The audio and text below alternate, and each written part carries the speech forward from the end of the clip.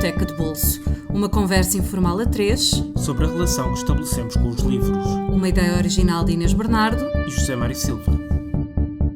Olá, bem-vindos ao Biblioteca de Bolso, um podcast sobre livros que está de volta ao Festival Correntes de Escritas na Póvoa de Varzim, que decorreu entre 20 e 24 de fevereiro. O convidado desta semana é um dos mais antigos, fiéis e admirados participantes deste encontro literário, que chega este ano à 19ª edição. Micaelense, nascido pouco depois do fim da Segunda Guerra Mundial, Onésimo Teotónio Almeida emigrou há 45 anos para os Estados Unidos, seguindo o caminho de tantos dos seus conterrâneos. Doutorado em Filosofia pela Universidade de Brown, foi diretor do Departamento de Estudos Portugueses e Brasileiros dessa universidade durante mais de 20 anos. Além de manter uma atividade académica muito intensa, é um estudioso e um dinamizador cultural da diáspora portuguesa na América, um cronista para várias publicações, membro da Academia das Ciências de Lisboa e um magnífico e divertidíssimo conversador.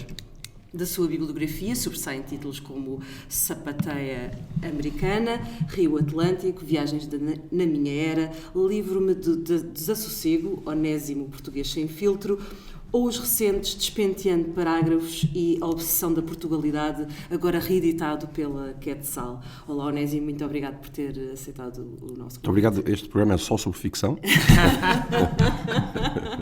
Jogava que era livros em geral. Também temos muita não-ficção, na realidade.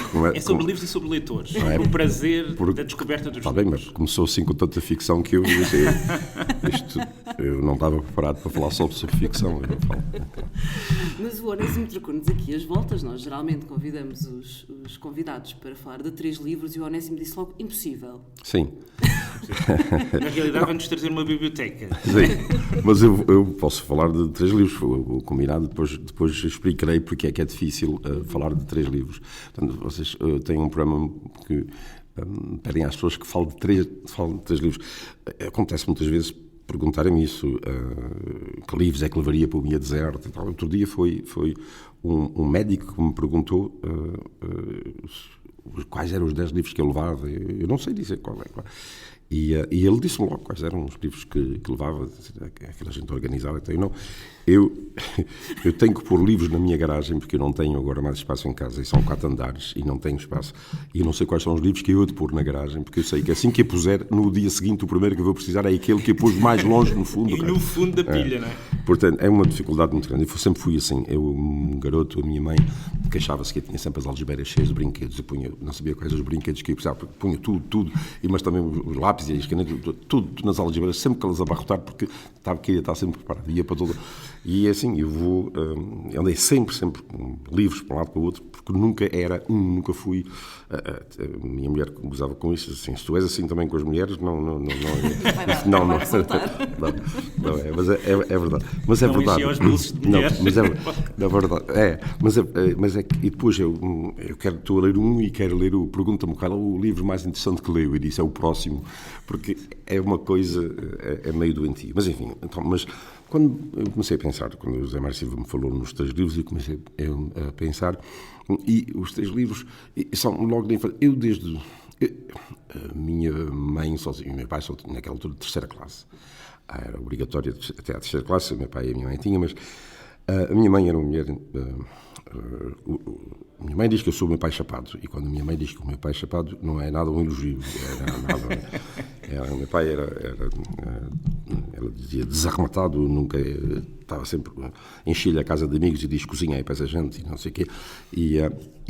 Mas a minha mãe era uma mulher muito organizada da cabeça, muito, e tinha os seus livros da escola todos de cor na cabeça. Então a minha mãe falava sempre de tantas coisas, e um dos livros, e não tinha isso apontado aqui, só agora é que me estou a lembrar, que não era o livro que eu tinha, mas era o livro que ela tinha na cabeça e não estava escrito. Então, a minha mãe, à noite, passava roupa a ferro e não gostava de ficar sozinha, e nós ficámos ali a conversar com ela, e eu conheço imensas histórias do livro a gente depois gozava mais tarde, lá está lá no livro da escola da mamãe, pronto, acabou, tem que ser assim. Mas era assim, o primeiro livro que eu me lembro não estava escrito, estava na cabeça da minha mãe e ela contava aquilo e eu ouvia aquilo com enorme atenção. Mas havia um outro livro em casa, eu tinha um tio meu que era professor primário e que depois foi professor na escola de magistério em Ponta Delgada, e esse teve uma grande influência em cima de nós. O meu pai tinha ocupado lá com vacas e quintas deles, meus avós, e deixou isso ao irmão. E o irmão, que não era casado, era novo, tinha só 14 anos mais do que eu, e era professor primário, e ele é que me ensinou a ler. Ensinou-me a ler 4 anos e meio, 5 anos, muito cedo. E mais, e preocupava-se muito, ele trazia livros da biblioteca da escola. A escola dele era numa freguesia perto, nos Finais de Luz, e ele trazia, e depois passou a trazer 5 e 6 por semana, porque ele vinha passar o fim de semana a casa, porque eu, quando chegava, já tinha lido e depois esgotei, portanto, desde muito cedo lia-se, não sei qual foi, portanto, era toda aquela biblioteca da escola, e depois ele passou a outra biblioteca, todas as escolas traziam, os professores trocavam para ele trazer, portanto, eu li aquilo tudo, não me lembro qual foi o que, ali naquele caso, era uma biblioteca. E foi uma grande influência sobre mim, porque desde cedo isso foi alimentado. Agora, ele tinha, em casa tinha os seus livros, mas tinha um livro, para mim, eu não me lembro do título porque não tinha capa. Era um livro de história, capa. Era um livro grande, um livro de várias histórias, e era ilustrado, profusamente ilustrado. Eu ainda não sabia ler e já revirava aquele livro e queria era roubar aquele livro. Ainda recordo essas imagens? Sei, são ilustrações, quer dizer, não recordo de uma especial, mas era o colorido daquelas a acompanhar as histórias. Mas o livro não era dele, era da minha tia, que estava no liceu, naquela altura, eu estava no 3º, 4º ano do liceu, e eu fui muito influenciado por eles. A minha tia ensinou-me francês, as minhas primeiras anedotas que eu vi eram francesas. É um aspecto que não dissemos, que o Onésimo é um excelente contador de anedotas. Bom, mas o melhor que eu conheço. O meu tio contava muito bem, e eu queria contar como ele. Desde miúdo eu ouvia contar. Eles contavam aquelas piadas, eu lembro-me ainda das anedotas que contavam. Mas enfim, aquele livro eu queria muito, mas a minha tia era muito possessiva e não se tocava naquilo. Então era uma coisa mais, eu queria pegar naquilo, virar. A minha avó às vezes deixava-me e eu punha-me a ler o livro e depois não toque, isso era a tia Luísa. Portanto, a tia Luísa não. O meu tio não. O meu tio era generosíssimo comigo, foi sempre, ainda está vivo, e eu adoro aquele homem, uma simpatia. E então os sobrinhos era tudo. E ele foi um didata, grande didata. E vocês vão aos Açores e a geração de professores lá que ainda hoje o reverenciam, porque ele lhes ensinou isto, ele estava sempre a inovar, ele experimentava connosco novas técnicas de aprendizagem. Eu era o cobaia, eu era o cobaia. Experimentava primeiro no Onésimo e a seguir. É verdade. E então eu devo-lhe imenso por causa disso. Mas não lhe fez mal nenhum essa experiência? Não, de maneira nenhuma, não. Deixou-me. Eu tinha gostava de. Eu não sei se eu gostava de ler e depois ele alimentou, ou eu comecei a ler por causa isso nunca se sabe. Mas havia ainda mais um livro. Então era a minha mãe, religiosíssima, nos Açores, a religião. Daquele tempo então era os Açores são um arquipélago rodeado de mar por todos os lados, incluindo por baixo. E então, toda aquela religião dos Açores assenta nos vulcões, nos terremotos, então a religião tem uma força enorme. E a minha mãe, vocês devem saber, são muito jovens, mas a Igreja Católica, a partir não faz caso nenhum do Antigo Testamento. Não, é o Antigo Testamento. E a minha mãe tinha um livrinho, e eu sabia, era o Antigo Testamento. O Antigo Testamento era um livro mau, era um livro considerado perigoso, e não se podia ler. E quando diz, não é bem assim, não. Na cultura popular, o que estava era, o Antigo Testamento é um livro perigoso e que não se pode ler. E a minha mãe tinha, mas mais tarde que eu percebi que não era o Antigo Testamento, era um livrinho encadernado, com desenhos a preto e branco, daquelas ex-libris, a tinta da China. Estou a ver as imagens tenebrosas do Deus dos ventos, aquilo tudo, aquelas imagens, aquelas cenas horrorosas do Antigo Testamento, aquelas figuras tétricas, e portanto não era o Antigo Testamento, era um resumo, portanto uma narrativa que resumia a história do povo judaico, mas era o Antigo Testamento, uma versão abreviada.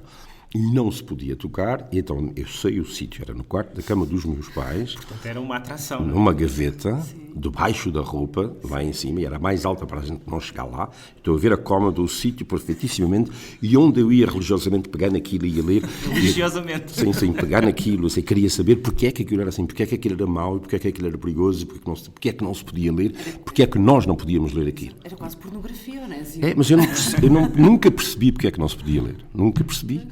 Mas havia essa coisa do Antigo Testamento. Aliás, isso acho que é uma coisa que devia ser estudada. Agora estão a reabilitar Lutero. Outro dia na Gulbenkian vou fazer uma conferência, um colóquio de abertura sobre Lutero, o construtor da modernidade. Até, já agora estou a saltar, mas é... Não, à vontade.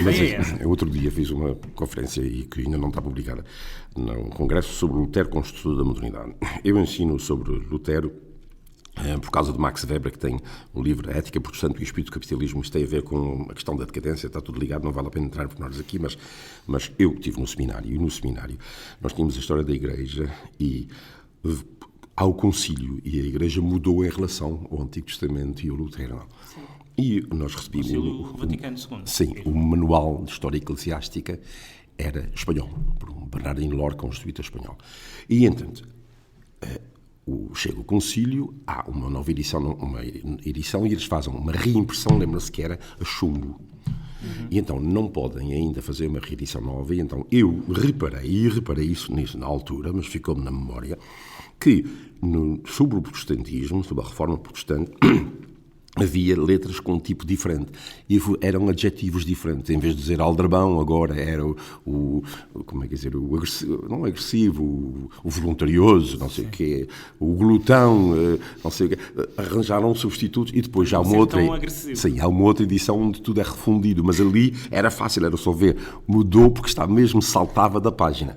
E eu tinha isso na cabeça. Então agora é muito fácil, é a internet. Eu escrevi, foi a internet e fui buscar as passagens e o que estava exatamente correto, segundo. Portanto, a partir do Vaticano II há uma mudança em relação ao... Isto está ligado com Lutero, com o Antigo Testamento, com esse livrinho, é porque não é só o protestantismo, também o Antigo Testamento. E o Lutero é quem reabilita, e são os protestantes que reabilitam o Antigo Testamento, etc. E isso é importante porque há algumas semelhanças entre o protestantismo em relação à ética do trabalho e da economia, que é igualado aos judeus, portanto, e dos judeus... Isso está muito presente nos Estados Unidos também. Sim, e é no Antigo Testamento, isso é do Antigo Testamento. O Antigo Testamento é fundamental para a ideologia judaica do trabalho, da economia, etc, etc, etc, etc. A Igreja Católica teve sempre uma atitude contra o dinheiro, isso não se toca, é pecado, etc, etc, etc. Isto está, portanto, está tudo ligado, mas isso precisava, era um dia, eu não tenho tempo, mas fazer essa pesquisa, ver o que é que há escrito por aí em relação a esse Antigo Testamento e porque é que era assim tão perigoso. Só sabia que era mau, não era para a gente ler, e eu nunca percebi porque é que não era, mas era tenebroso, as imagens eram tenebrosas. O Antigo Testamento está cheio de situações que são horríveis mesmo, enfim. De modo que era esse livro, esse era o fascínio, o querer ler e querer perceber e perceber porque é que não devia ler isso. O outro livro que eu... acho que já falei. E agora, houve uma outra história que aconteceu e que tem a ver não com o livro, mas é com a biblioteca. É sempre biblioteca, sempre completamente. Foi assim. Estamos no sítio certo para falar disso. Foi assim. Os Açores eram meio ilhas remotas, vocês não fazem ideia, no meio do mar, e quando ficam muito admirados, porque os Açores falam muito da sua identidade, são 500 anos afastados no meio do mar, completamente. Então, ali há uma aluna, eu estava na terceira classe, na segunda classe, e há uma aluna de 2 anos acima, na quarta classe, ganhou um prémio, melhor aluno, não sei o quê, e dão-lhe uma biblioteca. E de onde é que vêm os livros? Da Campanha Nacional para a Educação de Adultos. Certamente o governo de Portugal imprimiu aqueles livros, que era para adultos. Aquilo que mandaram para os Açores. E depois lá os adultos não sabem ler, e dão lá na escola para crianças. Bom, eu fiquei fascinadíssimo com aquilo, sobretudo porque eu pensei, eu era o melhor aluno da minha classe, eu disse assim, quando chegar a minha vez sou eu que vou. E eu convenci de que ia receber aquilo que eu queria, juro, isso é exatamente assim. Então o que é que fiz? Ela foi muito simpática e lá com o professor combinou que os livros iam para a casa dela, mas quem quisesse ia buscar. Eu fui buscar todos os livros, eram 40 livros, um de cada vez, e eu ia lá à casa, eu estou a ver, já fiz uma crônica sobre isso, mas a história é mais engraçada ainda pelo seguinte, que eu descobri onde é que ela estava, que estava na América. e vive numa... Então é muito humilde, uma pessoa muito humilde, lá está. Agora sim, agora. Sim. Eu nunca mais sou dessa mulher. Depois descobriram lá, onde é que é eu, e ela está na América, é uma pessoa humilde. Falou com ela? Sim, ao telefone, eu vou levá-la ao programa de televisão, porque ela fica muito envergonhada, eu não vou, não quero ir. Venha cá jantar à nossa casa com o meu marido, com os meus filhos, não vou à sua televisão, agora cá que sou eu, não sei mais o que.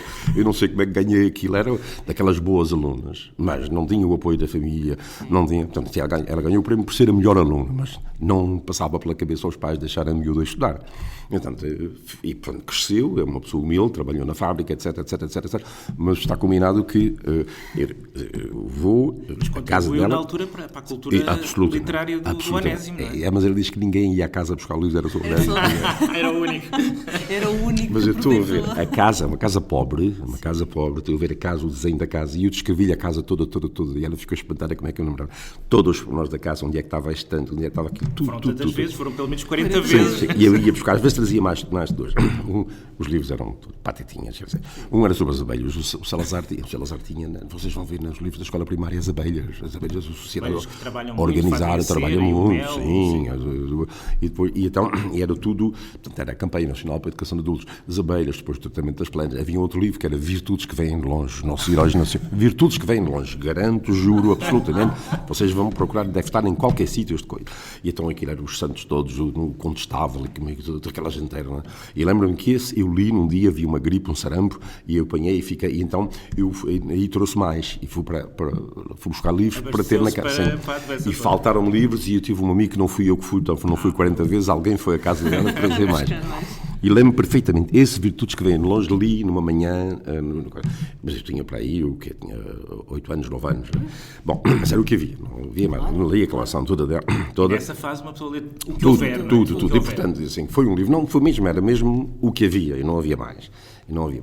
Eu já tinha lido os da escola, portanto, vieram esses. E o grande desapontamento é que na terceira classe, quando eu estava na terceira classe, não falaram no prémio, e eu fiquei preocupado, não falaram no prémio, na minha quarta classe não falaram no prémio, como disse, tinham aqueles que despacharam, portanto não há mais. Já não havia mais. Foi uma grande desilusão. Bom, mas isso não me impediu de eu arranjar uma estante, porque lá fui arranjando livros, e fui livros, colecionava junto, daqui, do lá, o meu tio dava-me, oferecia-me daqui, porque havia um outro, em casa dos meus avós havia um livro chamado As 5 Desgraças dos Açores.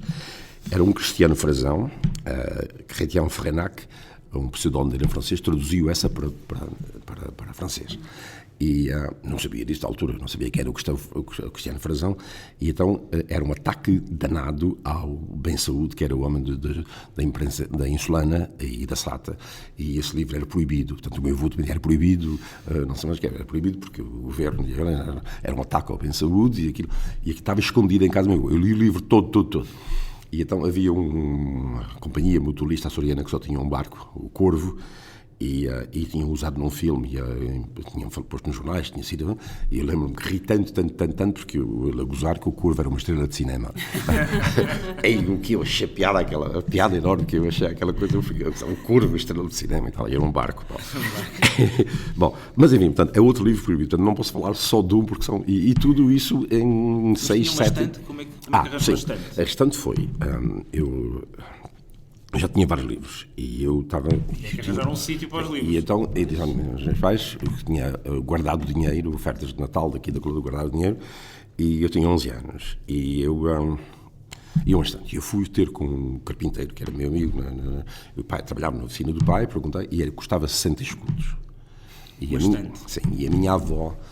depois disse, eu fui depois este ano era bastante dinheiro. Muito dinheiro, não. Um operário ganhava 30 escudos por dia, e era 60 escudos. A minha avó disse à minha mãe que não era necessário ter gasto aquilo, porque não sei mais o que. A minha mãe disse, mas o dinheiro que ele guardou, ele podia guardar para comprar livros. Foi o que a minha avó disse. Se era para isso, porque a minha avó era muito para a educação, sempre, a minha avó ensinou-se. A minha avó era uma mulher muito culta, e E a mãe dela, ela tinha sido educada por uma senhora que era regente, professora escolar. Tinha uma letra muito bonita e muita preocupação connosco e obrigava-nos nas férias depois, mais tarde, o meu tio e a minha tia preparavam-nos para o ano seguinte, para ir para o vocabulário das seletas, o vocabulário, ensinar-me francês, ensinar-me inglês. Eu detestava porque depois chegavam as visitas e diziam, olha, o Onésimo fala francês. E eu, envergonhado, ia-me pôr detrás do espelho para ninguém me ver voltado contra a parede. Como é que se diz isto? Não sei o que eu fazia. É uma coisa vergonhosa. O inglês, se calhar, deu jeito. Mais tarde, quando foi. Mas enfim. Mas então, voltando ainda aos livros, então a minha avó disse, não, se fosse assim, ele comprava era livros, porque não é fácil. Há gavetas e há sítios e armários onde se pode pôr os livros, não era preciso gastar. Mas para mim era aquela coisa de ter ali aquela estante, aqueles livros. Foi a primeira estante da sua vida. Sim. 60 escudos, então, e depois envernizá-la. E então veio a minha irmã que me ajudou e envernizaram a estante para que aquilo ficasse imóvel, não ia ficar assim só em madeira. E aquilo foi, primeiro, só uma prateleira, 5 prateleiras. Primeiro só as 5 prateleiras encheu. Depois a minha mãe punha outras coisas lá e aquilo foi crescendo. E foi, para mim era uma coisa. Portanto, eu uma vez escrevi uma crónica sobre uma bibliomania, mas era o livro do meu o último fetichismo. E é mesmo, foi sempre com...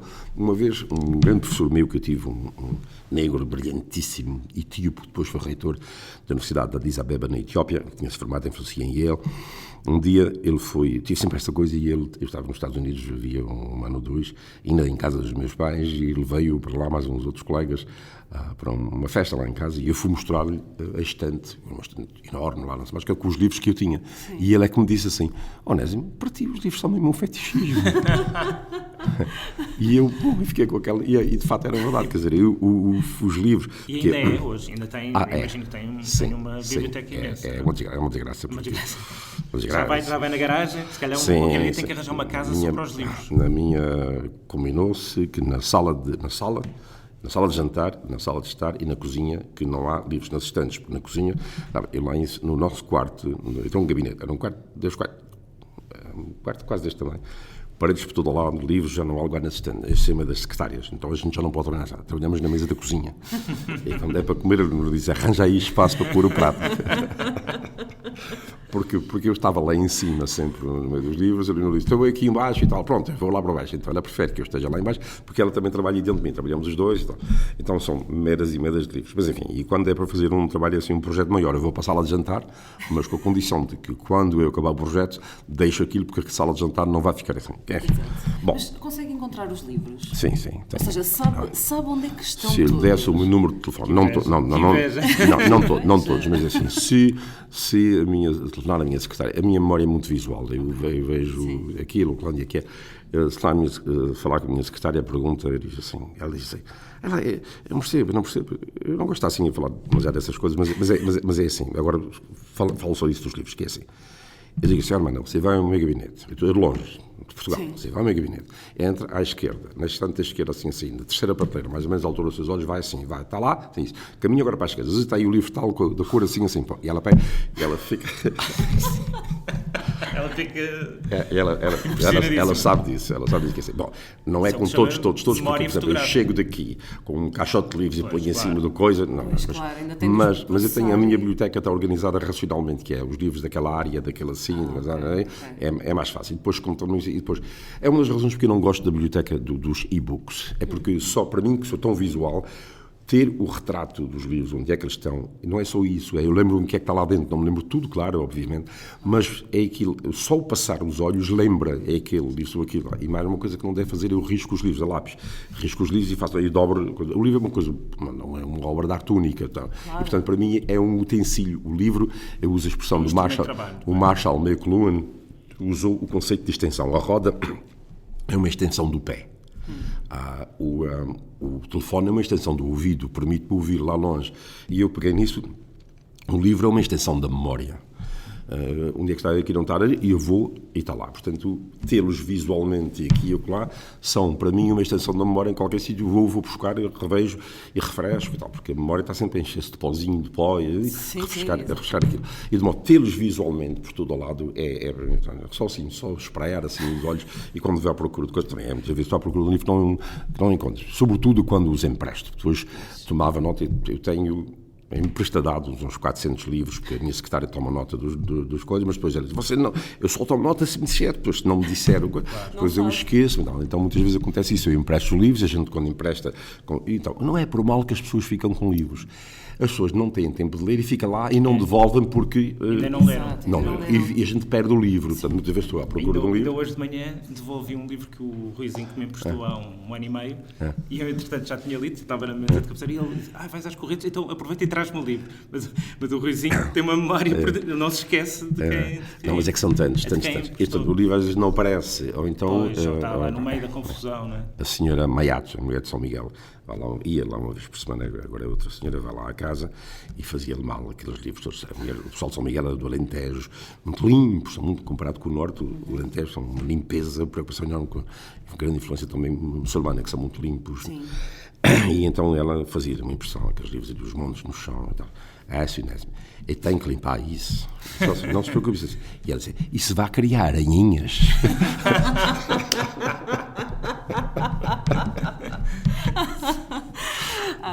Bom, estou a falar demais. Nós é que, infelizmente, não podemos criar mais aranhinhas. Mas ficaríamos aqui o resto do dia a conversar. Infelizmente, vamos ter de ficar por aqui. Para a semana estaremos de volta com mais... Mas eu não disse que um livro que eu gostava tanto na escola como era o José de Oliveira Cosme, As Lições do Tonecas. Esse clássico. As lições do Tonecas, eu adorava aqui. Depois eu escrevi, no meu primeiro e segundo ano, também escrevi um livrinho de lições de Tonecas. Não tem piada nenhuma, mas era a imitar. Ainda se lembra de alguma dessas piadas? Não há tempo, mas uma das lições de Tonecas é assim. O professor pergunta-lhe o nome e ele começa: António Pedro Joaquim Moreira da Conceição Faria Meira Reis da Taíde. E o professor diz: não, conversa acaba. Sim, está quase a acabar. Mas, então continua. Não, tem que dizer, ser o meu nome de cor, mas tem que ser dito de enfiada. Então começa assim: António Pedro Joaquim Moreira da Conceição Faria Meira Reis da Taíde Mendonça Saavedra Coutinho Alarcão Menezes de Almeida e Albuquerque. Era o nome dele. Mas não, havia uma outra que era um menino Tonecas, e depois eu representei isso porque fazia teatro. No Garnel, na casa tinha uma casa atrás da arrumação e um garnel de milho, etc. E a gente utilizou aquilo para fazer teatro, e fomos buscar os livrinhos das escolas, mas enfim, era o Tonecas e a casa da tia. O pai está a treiná-lo porque ele vai à casa da tia fazer a tia fazia anos e ele fazia o discurso. Então o pai ensina-lhe o discurso. E o discurso é mais ou menos assim: neste momento solene em que estamos todos embebidos em mútua comunhão de desvelos, eu quero brindar às reconhecidas qualidades de nobreza lusitana da minha estremecida tia. Neste momento apetecia-me dizer tudo o que vai cá por dentro, mas prefiro guardar o que sinto a esquivar-me algumas falhas. Viva a minha tia! Mas a tia era muito semítica, agarrada e comia muito pouco, naquele tempo não dava, não sei mais quem. Então o pai vai servir de ponto, então, isso é o segundo ato e tal, e ele estava a tia. Então, o pai vai lembrando, e eu, neste momento solene, em que estamos todos embebidos, em que estamos todos bem bebidos, e a mútua comunhão dos velos, e ele com muita comichão nos cotovelos, eu quero brindar às reconhecidas, eu quero brincar às escondidas, qualidades de nobreza lusitana, qualidades de nobreza franciscana. O pai vai dizendo: da minha estremecida tia, da minha envelhecida tia. Apetecia-me neste momento comer tudo o que vai, dizer tudo o que vai cá por dentro e comer tudo o que vai lá para dentro, mas prefiro guardar o que sinto, mas prefiro apertar o cinto a esquivar-me algumas falhas e contentar-me com algumas migalhas. Viva a minha tia! E o pai tinha-lhe dito que o viva a minha tia tinha de ser dito com grande rasgo. E ele rasga o guardanapo. Viva a minha tia! Patetices, coisas e tal. Mas ainda se lembra disso? Sim. Tantos anos depois. Não, estas coisas marcam, nunca mais acabava de dizer coisas da... Os livros são memória. Sim. A extensão da memória infinita. São a extensão da memória, são. Nós é que não vamos estender mais. Para a semana estamos de volta com mais um episódio. Até lá, sigam-nos nas nossas redes sociais em facebook.com/biblioteca de bolso e ouçam-nos através do SoundCloud, do iTunes, por subscrição RSS, ou na rádio online, Rádio Lisboa, onde também podem descobrir outros podcasts. Onésimo, muito obrigada por ter vindo. Muito obrigado. Prazer foi tudo, não é? Eu nunca falei disso a parte de agora. Não, nunca falei, foi a primeira vez.